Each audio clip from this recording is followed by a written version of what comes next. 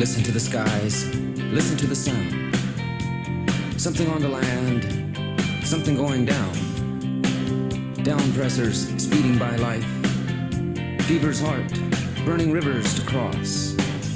Walls of Babylon, material noise. Thinking they've touched the moon. Freedom takes a rocket blast. Just another day, like yesterday.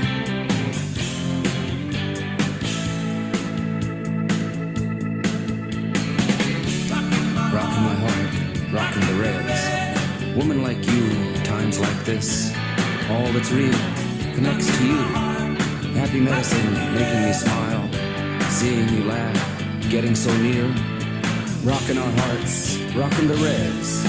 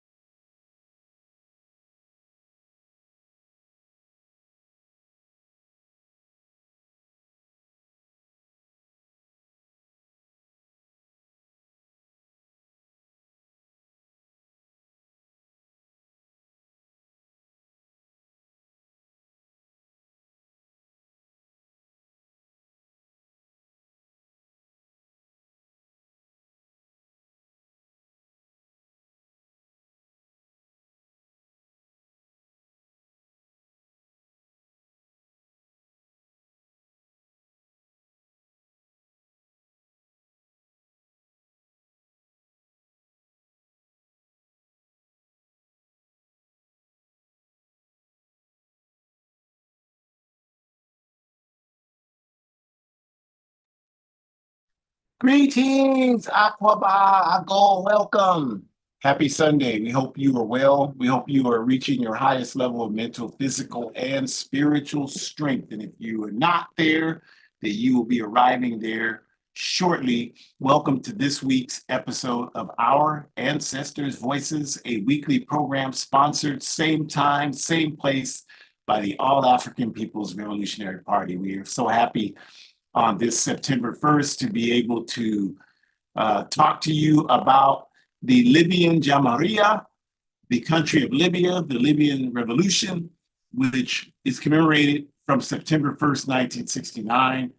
And it's no longer here. And we're going to talk about why that is and what that's all about and what that has to do with all of us here today in 2024. So we're glad that you're able to join us. Again, if you haven't heard this in previous weeks, I don't have my camera on, not because I'm being rude or that I'm shy or anything of that nature. It's just simply because the neighborhood I live in, all summer we've had challenges with our internet bandwidth stability, and with the amount of money that these capitalists charge me every month for it, I don't really understand why I'm having problems, but it's an older neighborhood. And so I'm sure that some of the technology in place in this neighborhood is the reason for that. So it helps to have my camera off, so that's why it's off. But glad that you all are here, and we will start by just saying we give honor and thanks to the indigenous people of the Western Hemisphere, the native people of this hemisphere, the caretakers of this land who fight for their liberation. And as Malcolm X taught us, revolution is about land. So we know that the indigenous people need and deserve to get these lands back. They rightfully belong to them. And we are 100% in support of them getting these lands back. And so a lot of Africans hear that, and we are not connected to our history and culture. So when we hear that, we go, what about us? Well, what about you? You come from the richest land base on the planet Earth, Africa. And if we want people to respect our struggle for justice, we have to be willing to respect other people's struggle for justice as well. We can't be totally ignorant about other people's struggle for justice and then get upset when people don't respect and acknowledge our suffering. That doesn't make any sense. So we have to recognize other people's struggle. This is the indigenous people's land, and they have a right to get their land back. And that has nothing to do with you if you're African. If you don't know your history and your culture and where your land base is, you got work to do. Figure that out. Because we are saying that the only homeland that African people have any right to on the planet Earth is Africa. And that doesn't mean that you have to physically go there.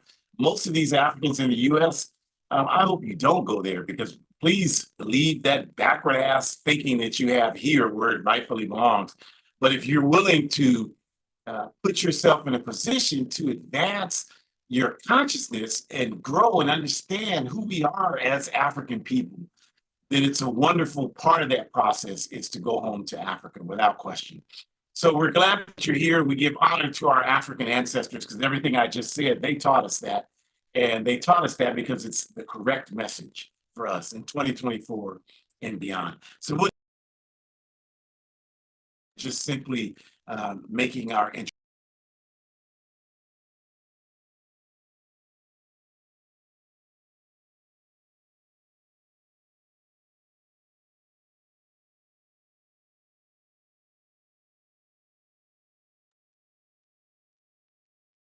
Comrade Ajamu,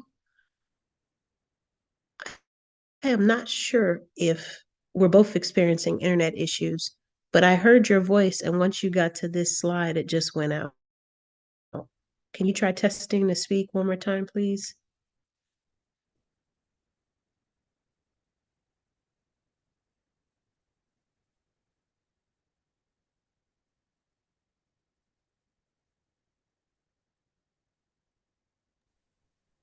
Can you hear me now? I can hear you say that. Thank Okay, so I don't know what happened. We'll just say it was the police. All right, so let me start over. And just, now I'm having computer issues, of course, but I'll just jump ahead and say that you're hearing me okay still. APRP is a revolutionary independent Pan-African political party that is based in Africa. Our objective is Pan-Africanism, which is defined correctly as one unified socialist Africa.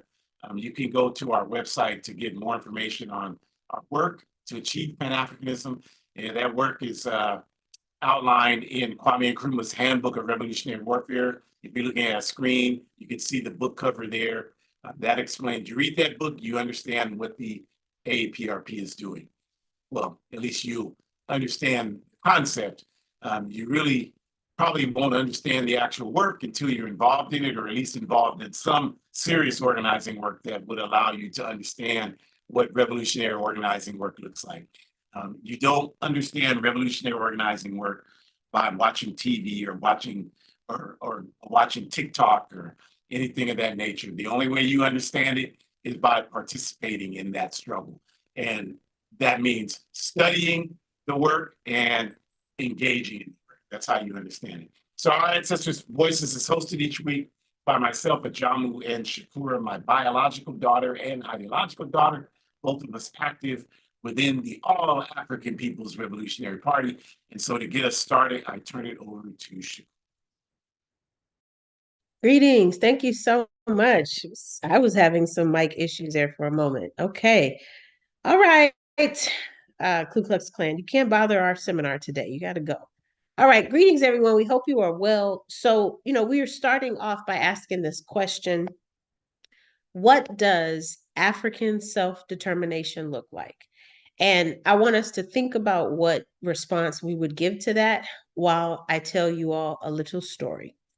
So, we know that in past seminars that we have done, we have highlighted African nursing, lactation, chest feeding, breastfeeding week.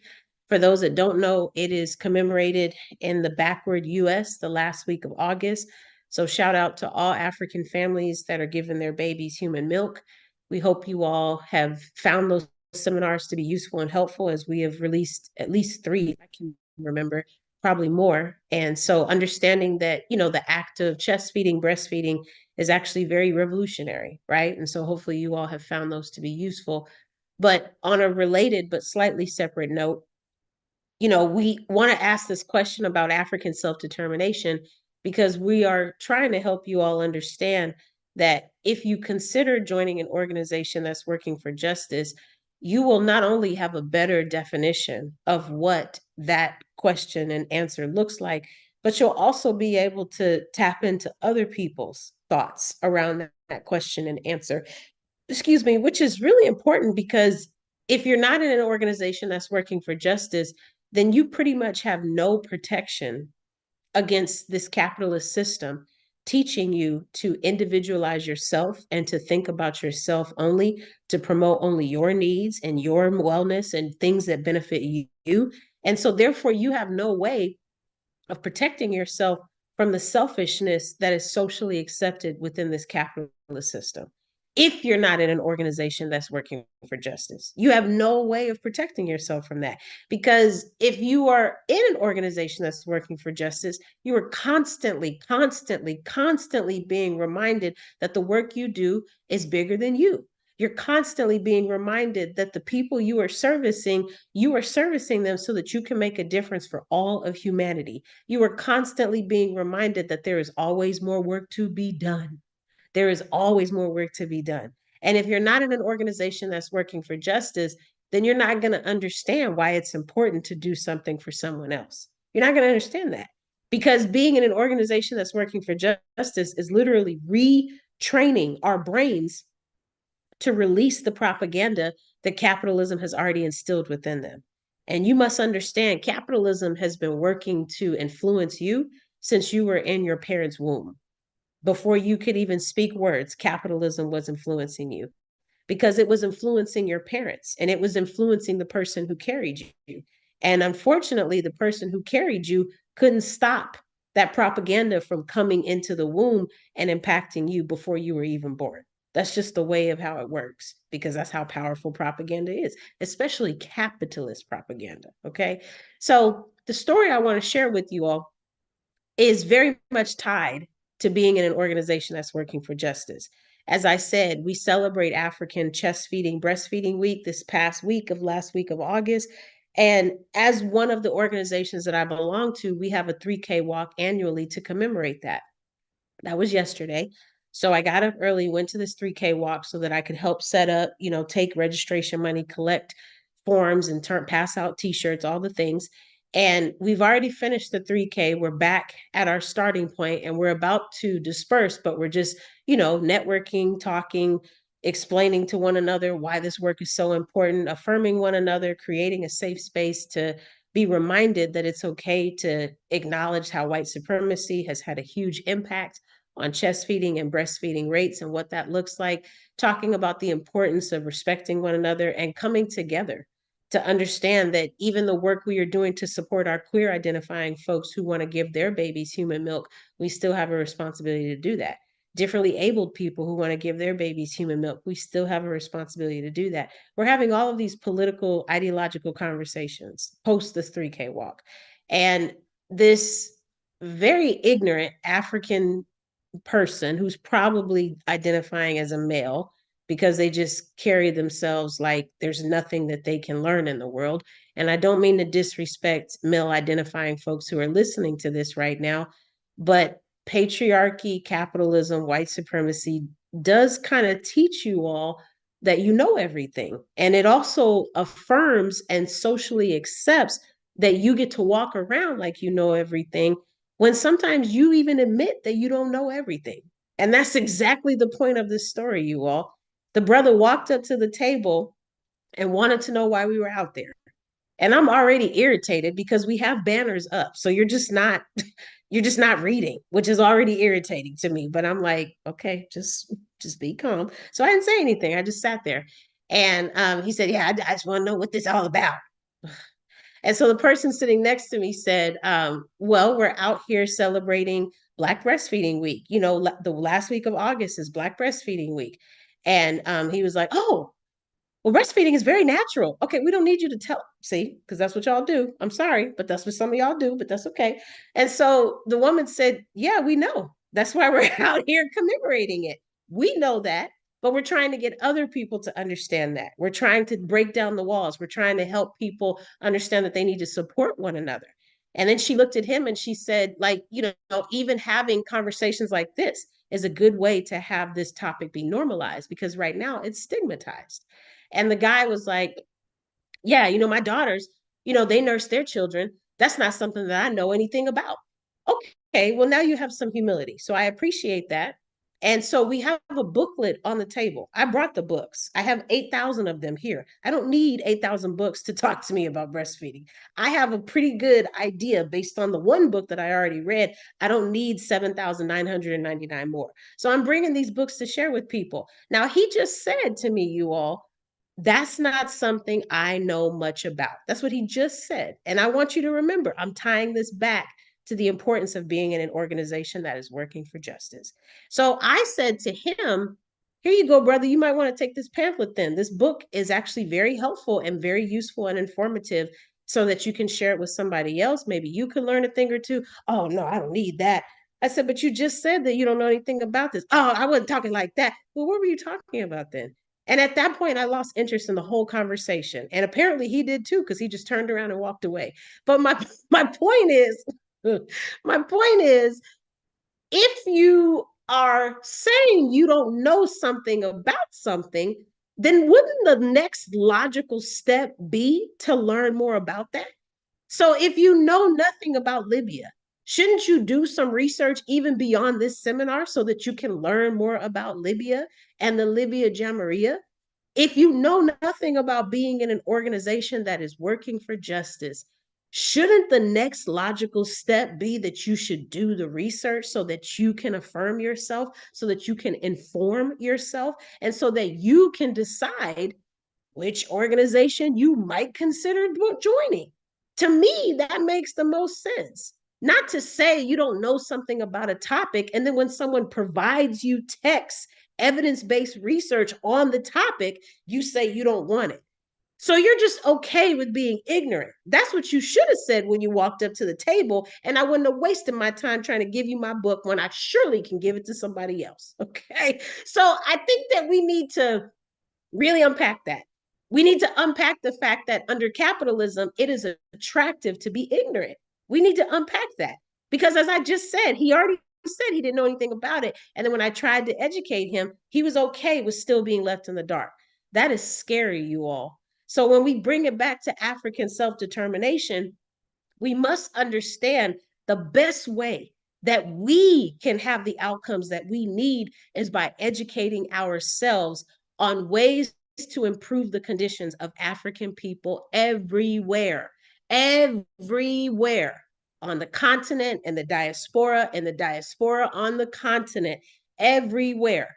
Not just the location where you live, not just the zip code where you are currently residing, but everywhere. African people need to have a collective definition on what goals they want to achieve as a people so that we collectively as a people can make the differences that we are interested in making that will benefit Africa, and therefore all of the descendants from the continent will be impacted and be free. African self-determination means we understand the power that we possess to help one another. We understand that we have a responsibility to share evidence-based information, not made up things that we can't support with background information and with knowledge, but things that we can actually use as evidence to show factual situations about what's been happening, what our ancestors have already written about, so that we can take from them and learn. Everything we have to help us determine what kind of people we want to be, those resources already exist for us, you all. It's not like we have to start from scratch. You can see Comrade Ajamu's profile picture right now is a picture of a book that he wrote just a few years ago. And he literally called it a guide for organizing defense. So even if you know nothing about patriarchy, if you know nothing about fascist violence, if you know nothing about violence, you can still start to be educated on those terms by reading this guide that he echoed when he updated Kwame Nkrumah's Handbook of Revolutionary Warfare. But we have to be ready and willing to pick up these books and do the research, you all. We can't just step back like our comrade did on Saturday and act like we know everything, because we don't. That's why we're in the circumstances that we're in. And African self-determination is not going to evolve if we all know everything. It's not. We are going to have to be honest with the fact that we are ignorant. But the difference, my friends, is that unlike our comrade, we're not okay with being ignorant. That's not attractive to us. That's not sexy to us. We don't want any part of that. Our people are depending on us, and their lives are literally in our hands for us to decide that we want to change our knowledge base, enhance it, develop our muscles and our brain, and grow so that we can have a better education. And that starts with us being able to answer this question by understanding what our people have already done. This is why we need to be protecting our people. And this is why we need to be fighting for our people so that we can hopefully try to echo what the Libyan Jamahiriya had done and maybe even duplicate it in the near distant future. From 1969 to 2011, these comrades in Libya had a very clear focus on ways to improve not only Libya, because we are not individualistic. We are not country supremacists.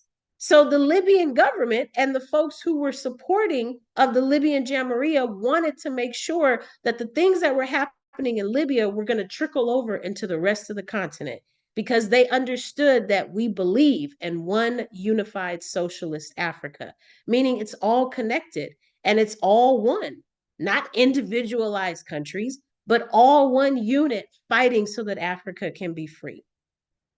So these folks were able to set up free education, you all, free education.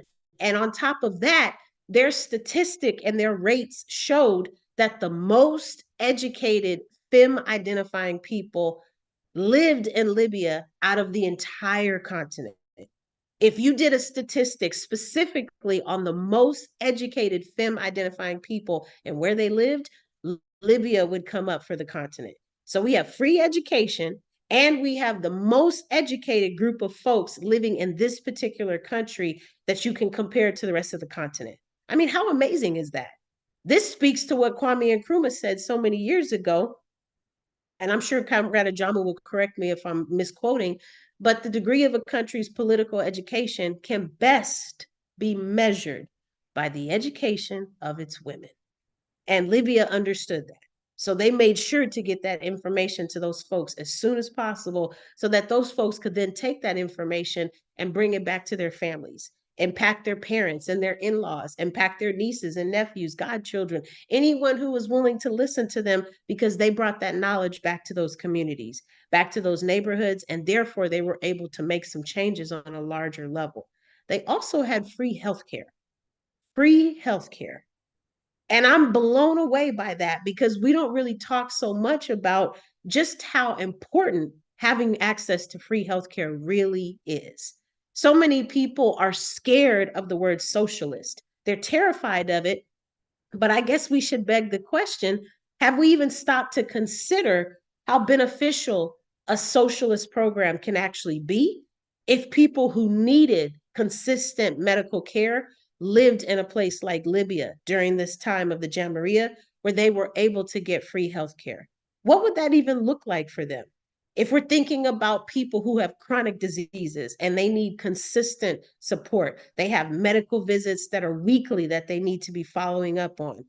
I'm thinking of people who have serious issues like gout or diabetes, COPD, people who are suffering from liver disease and liver failure. They would need consistent around the clock care. And if they lived in a place like Libya, they would have been able to get that at no cost. At no cost, you all.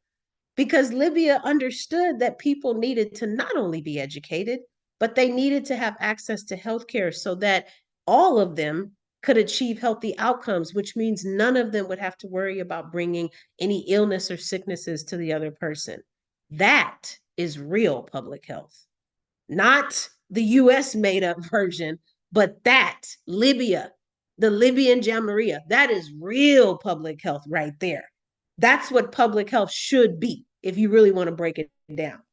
And government subsidy support for new families through monetary stipends. So for new families that were starting off, they had monetary stipends to help them as they started their life with their little ones.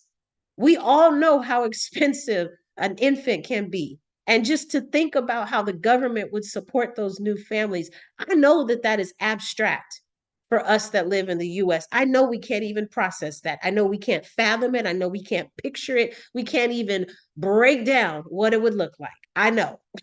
But in Libya, they were able to do such. And because of that, those families were able to afford the things that they needed to afford, which is good because babies cost money. So that's very good. And then we also need to highlight the nationalization of Libya's massive oil wealth.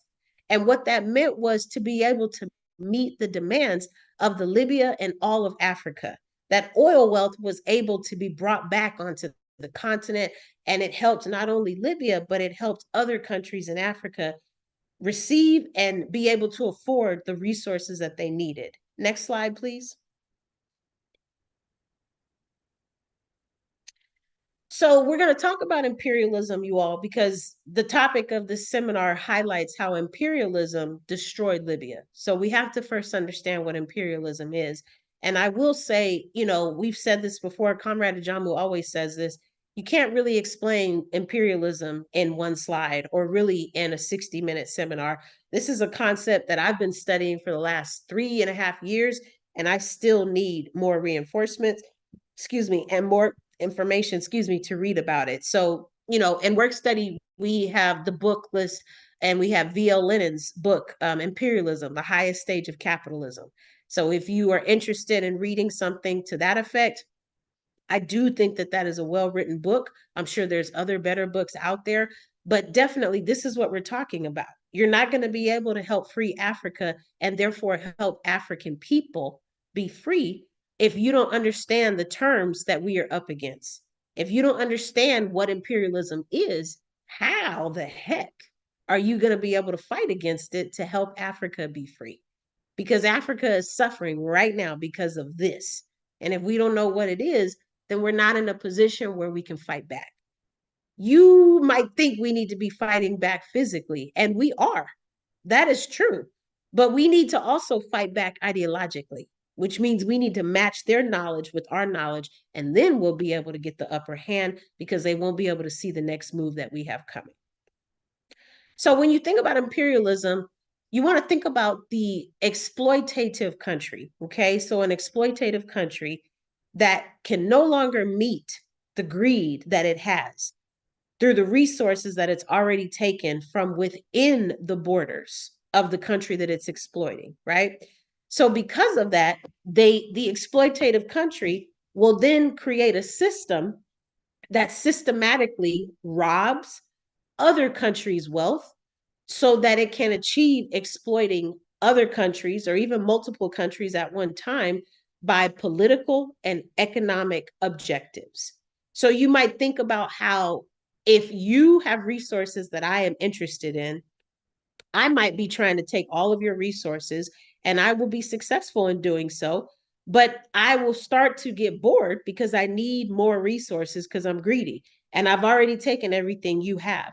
So I might find myself creating a system where I can start to look at systematically stealing from other folks that also live in your neighborhood to where I can take resources from them and take resources from you and make sure I take resources from the person who lives behind you and the person diagonal to you, the person to the left of you, the person to the right of you, whatever, blah, blah, blah. If you live up over someone, I'll make sure to get the person under you. If you live under someone and vice versa. So, and I'm doing that because I'm focusing on the political aspects of how I can get their resources and also the economic aspects of how I can get their resources. So this is basically a rough way of us understanding what imperialism looks like in terms of taking advantage of other countries while you're already exploiting a current country. And the way you take advantage of those other countries is through their political and their economic lens. So you may be talking with folks about their economic system and you found a way to control that and manage that. You also are looking at the political part and you found a way to control and manage that. And now you can rob them as much as you want because you have full deciding factors on how those countries are going to exist based on their economic systems and their political parties, their political existence, their political status, whatever that may look like. A great example of imperialism implementation, we can think about the Belgium and Leopold in the Congo. The Congo was 3 times the size of Belgium. It was 3 times the size of Belgium, you all. And all of the Congo's resources were owned and controlled by King Leopold of Belgium. Okay. So King Leopold controlled all of the resources in the Congo, even though the Congo was 3 times the size of Belgium. Leopold literally enslaved 10 million Congolese people, specifically to line his pockets, his individual pockets with wealth, making one of the richest people alive during that time. Meanwhile, Leopold never even bothered to visit the Congo in person.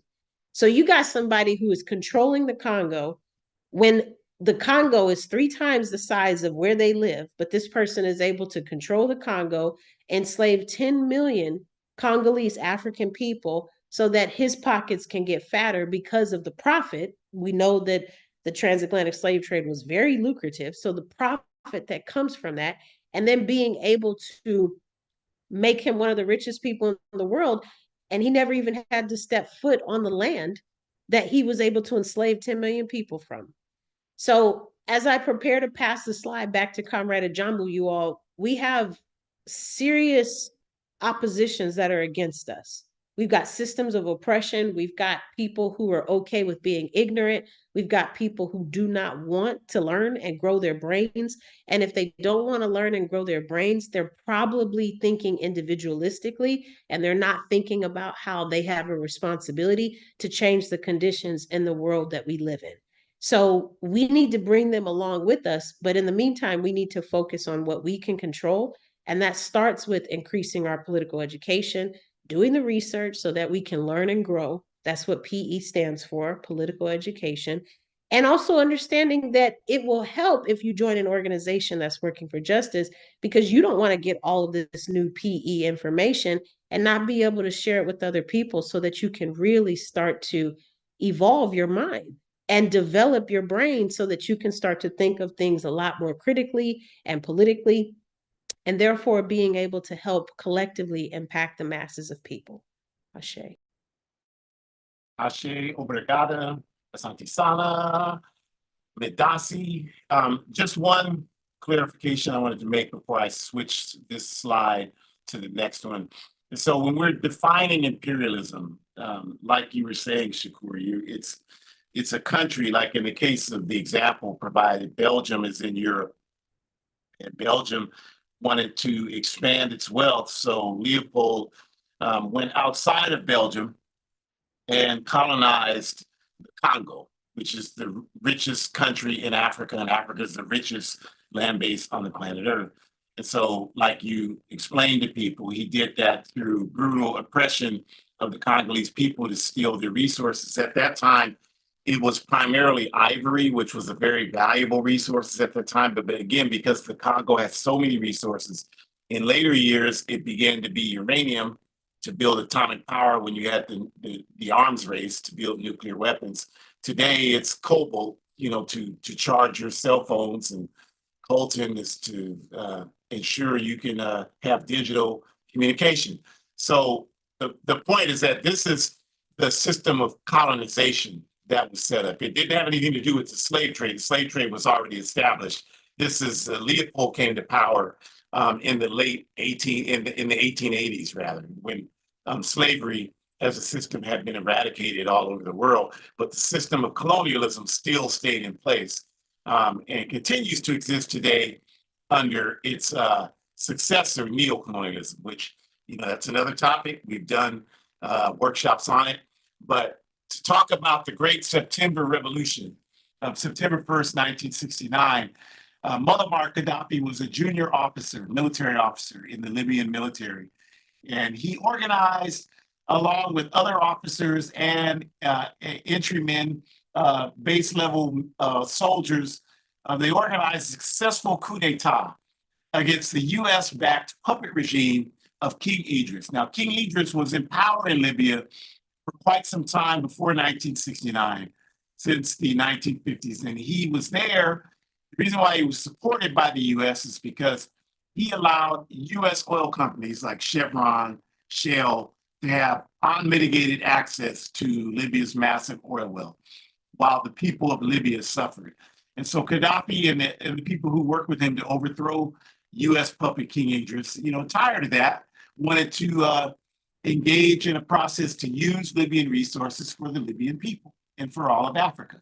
And Gaddafi was from the Manoan Desert area, which is a very poor region in Libya at that time, but was primarily inhabited then and still today by people that you would call Black. Although Gaddafi was clearly an Arab, growing up there, he understood and saw the way that the oppressive King Idris regimes treated the African masses, the Black masses. And so from that, he began to identify closely with people that look like you and me, who, you call yourselves Black. He began to identify with that and begin to have a vision of creating a new Libya that would no longer oppress people because of their quote unquote race. And so the revolution resulted in the implementation of this type of socialist policies that Shakur talked about: the free education, the free healthcare, the stipend for new families, redistributing the oil wealth to serve the interests of the Libyan people in all of Africa. And they did that based on the programs indicated in the Green Book which if you have a screen, it's on there. It's a book that was written by Gaddafi, which lays out the principles and practices of the Libyan Jamahiriya. They did not consider themselves a political party. They considered, to them, the political party was all the people of Libya. Okay, and so to demonstrate that, because we don't support military coups d'etats. Historically, military coups d'etats do very little to improve the conditions for the masses of people. But in the case of Libya, they were able to ensure that it did not remain a military coup d'etat because they had a plebiscite. They had a national referendum. Rather, they have 3 of them, where everybody in the country is encouraged to vote. And these are real elections, not the kind of fake, super rich, controlled elections that exist in these capitalist countries like this one here, but a real national referendum where a garbage collector and an unemployed person's vote is just as important as the vote of someone who has plenty of money. And the person who has plenty of money can't use their money to buy additional influence like they can here and in these capitalist countries. So they had a national referendum, and all 3 times the masses of Libyan people voted overwhelmingly for the Jamahiriya to continue to be the governing force in Libya. So there's no question that Muammar Gaddafi and the Libyan Jamahiriya had the support of the Libyan people. No question. I mean, this is, if you want to understand this, because I know, U.S. capitalist propaganda, Gaddafi was a dictator, Fidel Castro was a dictator. And these folks had, who would, in their right mind, would be in a society where education was free? Well, let me put it to you like this. If you wanted to be a dictator of a country, the stupidest thing you could do is make education free. Because now what you're doing is you're setting in motion a reality where in a couple of generations, people on a mass level are going to be well educated because education's free. And if that's the case, they are not going to submit to oppression. So just think about that for a minute. Don't respond, don't react, don't let your capitalist conditioning take over. Just think about that for a second. If you are trying to be a dictator, which means that you're trying to set up a society where people have no rights, the absolute most stupidest thing you could do is make education free. In the Cuban Revolution, education free, 60 plus years. In the Libyan Jamahiriya, education was free. There is not a single capitalist country where education was as easy to obtain as it was in those 2 socialist revolutions that I just mentioned. And if you live in the United States of America, that education is the polar opposite of being free. So just food for thought. And again, Libya's great accomplishments. During that time of the Jamahiriya from 1969 until 2011, it was clearly the most stable and self-sufficient country in Africa. With the oil wealth they had no need to depend on anyone else. And so that's why they were able to be completely independent in their analysis and their actions throughout the world. And it was a country where socialism made poverty and illiteracy negligible, meaning that they established campaigns in the Jamahiriya where they wiped out illiteracy, where before the Libyan Revolution, some 80% of the people in Libya could not read or write. After the Jamahiriya came to power in 1969, a few short years after that, 90% of the people in Libya were literate. And again, that's a dumbass thing to do if you want to keep people enslaved, is to provide them the opportunity to be educated. That just doesn't even add up. I mean, you just think about that and get back to us on it. But it doesn't add up to do that. These are socialist concepts, you all. That's why you don't have them here. This is a capitalist country, a backward-ass capitalist country. And of course, the great man-made lake, rivers, that you see the picture on the top, where Libya spent massive resources building pipelines to send water throughout the Sahara Desert, the driest region on the entire planet Earth. And they did that. And that's why today, if you go to the countries around the Sahara Desert, the Sudan, Chad, Niger, Mali, all of these types of countries, and you talk about, try to go to those places and say something bad about Muammar Gaddafi, thinking that you're here in the backward ass US, and see what happens to you. Because those people know that it was Gaddafi and Libya that gave them potable, healthy drinking water that they never had before that, and they no longer have today because of US imperialism, which we'll talk about shortly. But that was a project that Libya built. The US and all these capitalist countries had nothing to do with that. And not only that, but Libya supported genuine African and Palestinian liberation movements. Now, Libya was a radical country, so they did not support the more quote unquote moderate Palestinian elements. Like at that time, it would be Al Fatah, which was led by Yasser Arafat. Today, the offspring of Al Fatah is the Palestinian Authority, which is the governing body in the West Bank in Palestine today, occupied Palestine.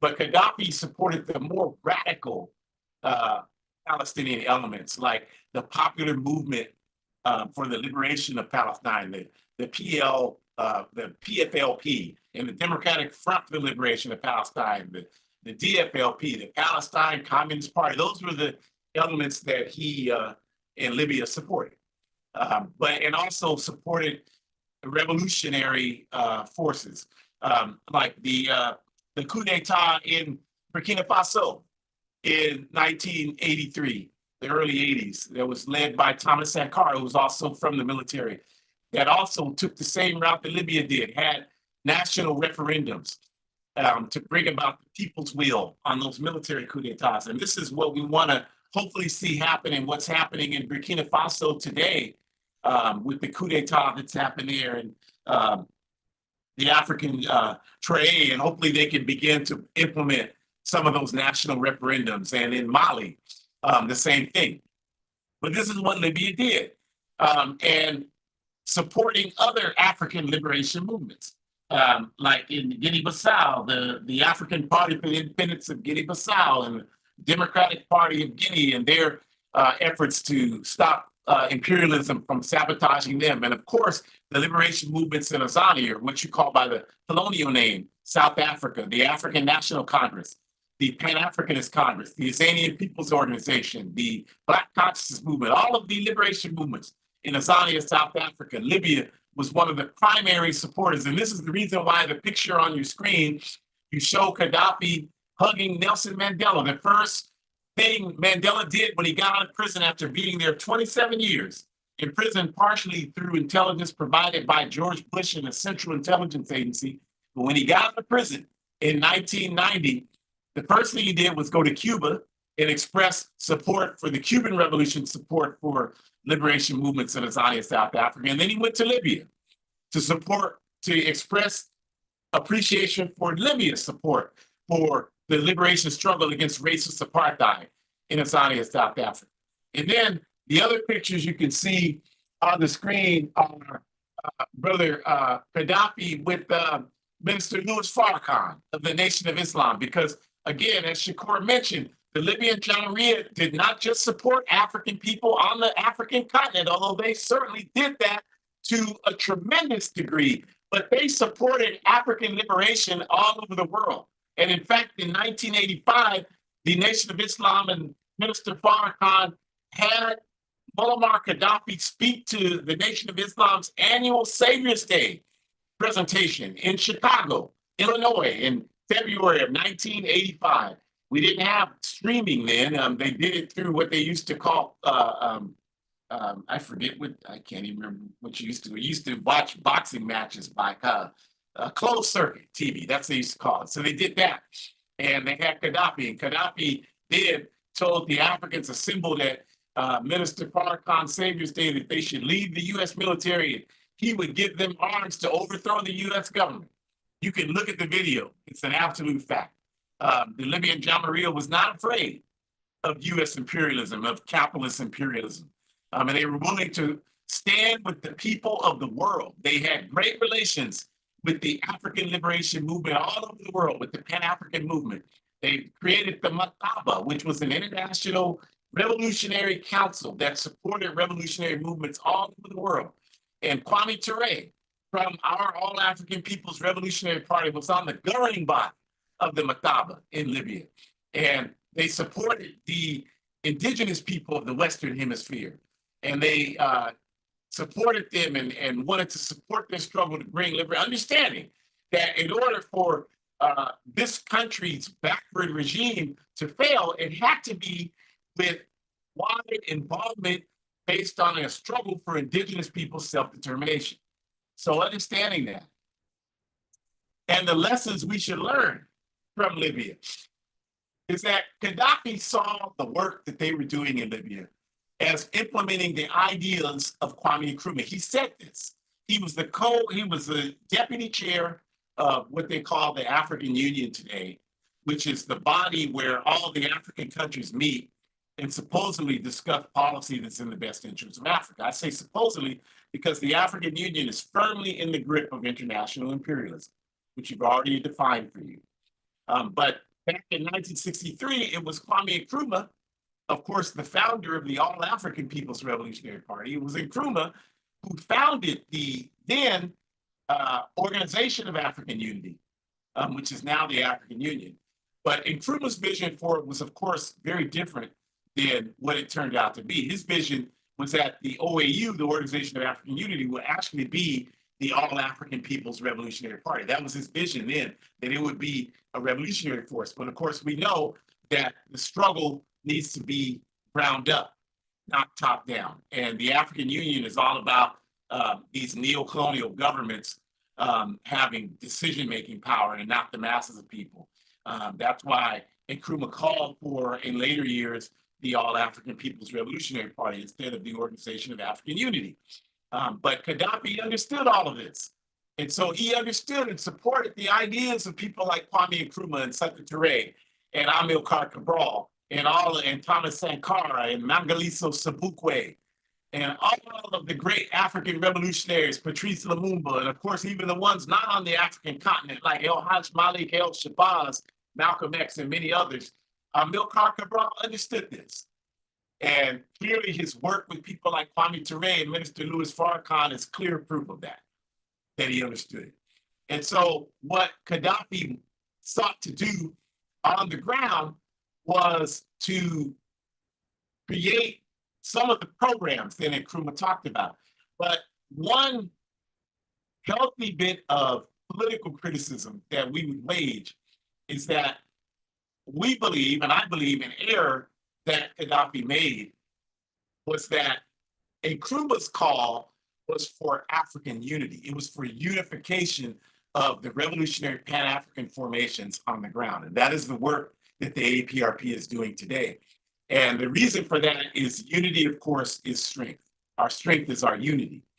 And no one country is going to be able to bring that about. So although we have nothing but love and admiration for Libya and Muammar Gaddafi, the things that they were attempting to do, like the creation of the one African currency, which most people believe that was the straw that broke the camel's back for imperialism. They knew they had to get rid of Gaddafi, and shortly after he made that announcement to the African Union about creating an African currency, that's when Obama, who's in the picture on your screen shaking Gaddafi's hand, that's when he gave the okay to bomb Libya into submission in 2011, to bomb over the Sahara Desert, bomb and destroy the great man-made rivers and lakes, destroy the ability to provide potable water to the people around the Sahara Desert, millions of people. It was Obama's administration that destroyed all of that capacity that existed up until 2011.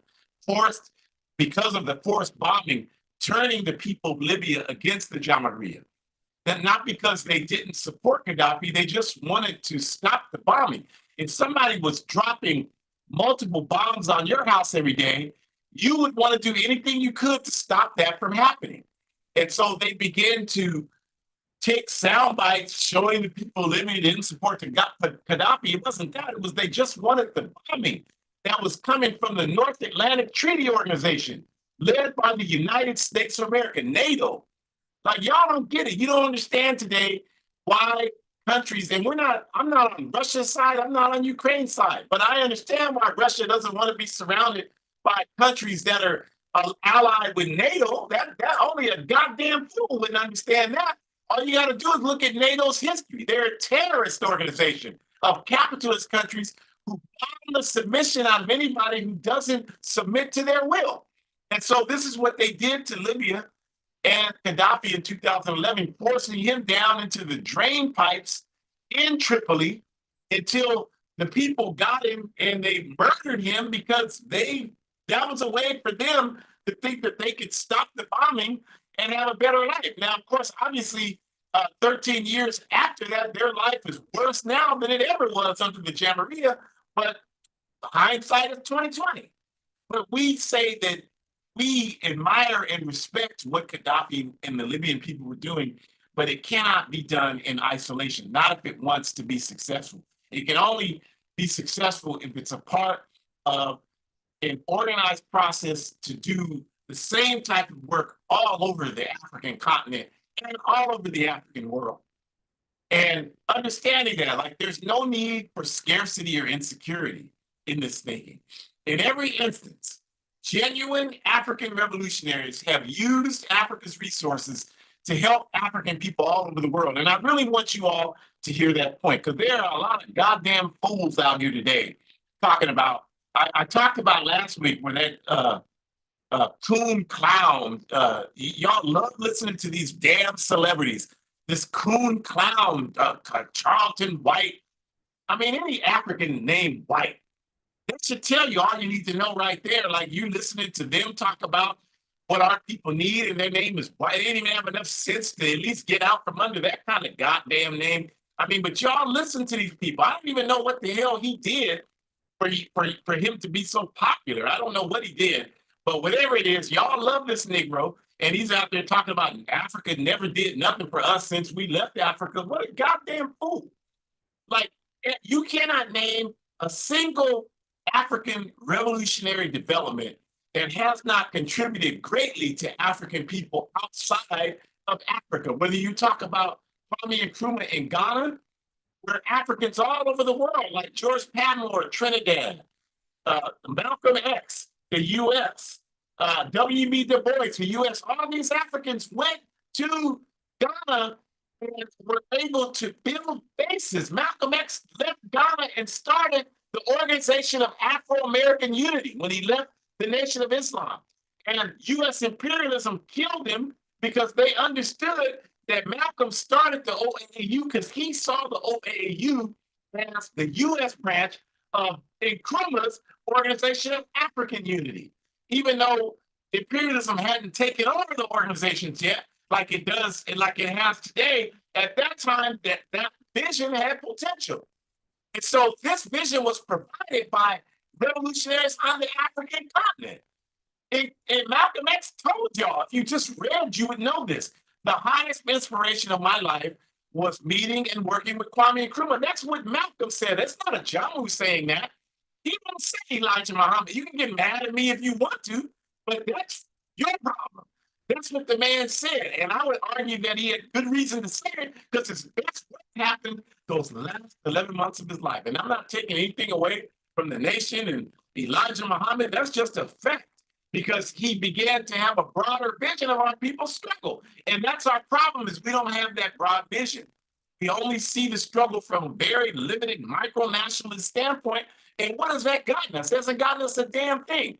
Every African, whether we talk about Sankara, whether we talk about Sekou Touré, we've talked in great detail about what Sekou Touré did to support the African liberation struggle here in the U.S. If you don't know about it, that's your goddamn problem. You're just like the person that Shakur described and walked to the table yesterday. You want to act like you know every goddamn thing, and you don't know anything.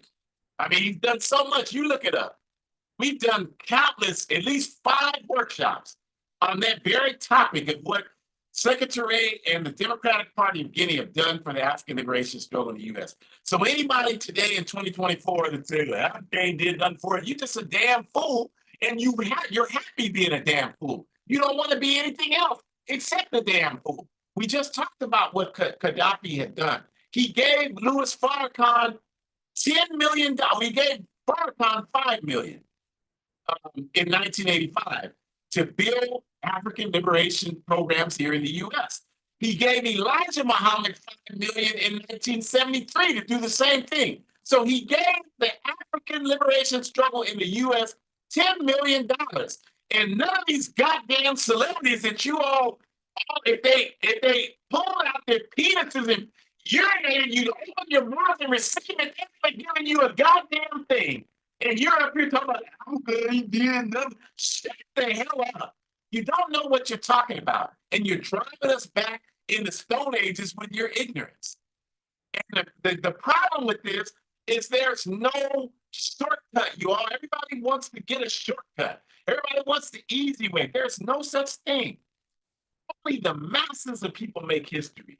The only way we're going to have freedom is if we do the work to organize the masses of our people. What Gaddafi sought for us can only happen with the organization of the masses of people. They can't bomb all of us into submission. There were plenty of African troops represented, just like in the Olympics. There were plenty of African troops represented in the US military, represented in the British military, represented in the French military, represented in the German military. We live in all these goddamn countries. These were the people that bombed the Libyan Jamahiriya into submission. If we had a collective consciousness, maybe some of those Africans from some of those countries would sabotage those mechanisms so that they couldn't bomb us. And then they would refuse to go and fly the planes there and carry out those terrorist actions. That's what mass consciousness looks like. That's who we need. And that's who we're fighting for, you all. So we really want to thank you for joining us today.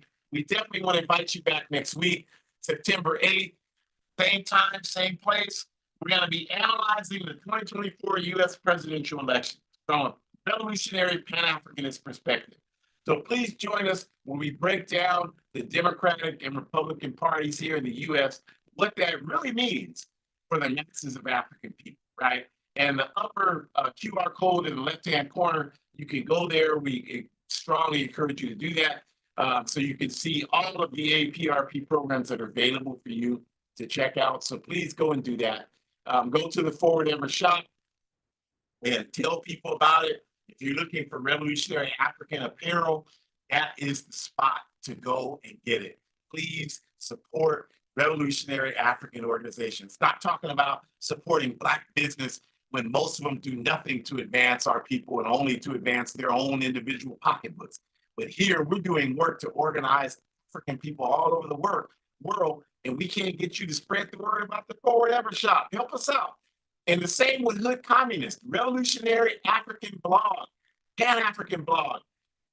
Read. This is a source for you to understand what's going on in the world.